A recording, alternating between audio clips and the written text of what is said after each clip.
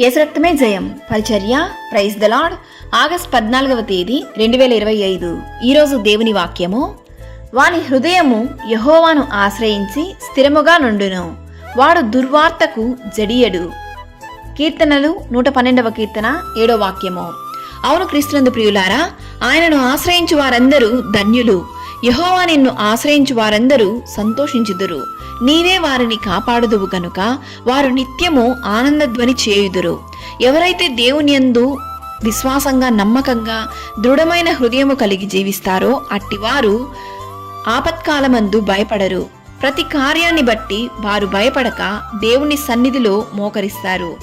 దేవుని కృపపై విశ్వాసముంచి ప్రతి సమస్యను ఎదుర్కొనేలా ధైర్యము కలిగి ఉండాలి.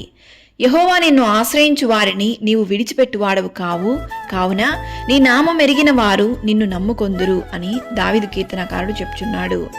ధైర్యము తెచ్చుకొని నీ హృదయమును నిబ్బరముగా నుంచుకొనుము. యెహోవా కొరకు కనిపెట్టుకొని ఉండుము. ఎటువంటి దుర్వార్తకు జడియకుండా ఉండాలంటే దేవుని యందు విశ్వాసంతో, ఆయన కృపయందు నమ్మకం కలిగి జీవించాలి. ఈరోజు ఈ వాక్యం వింటున్న ప్రియ సహోదరి సహోదరులారా, నీ వింటున్నటువంటి దుర్వార్త కానివ్వండి, అవిశ్వాసపు మాటలు, అనవసరమైన మాటలు ఏదైనా కానీ దేవుని సన్నిధిలో మీరు ఆయన పాదాల చెంత మోకరించినట్లయితే ఆయన నీకు సమాధానం దయచేయును. ఆయన నీకు స్థిరమైన హృదయమును, విశ్వాసమును, దేవుని కృపను దయచేయును. సకల ఘనత, మహిమ, ప్రభావములు యేసయ్యకు మాత్రమే కలుగును గాక. ఆమేన్. God bless you.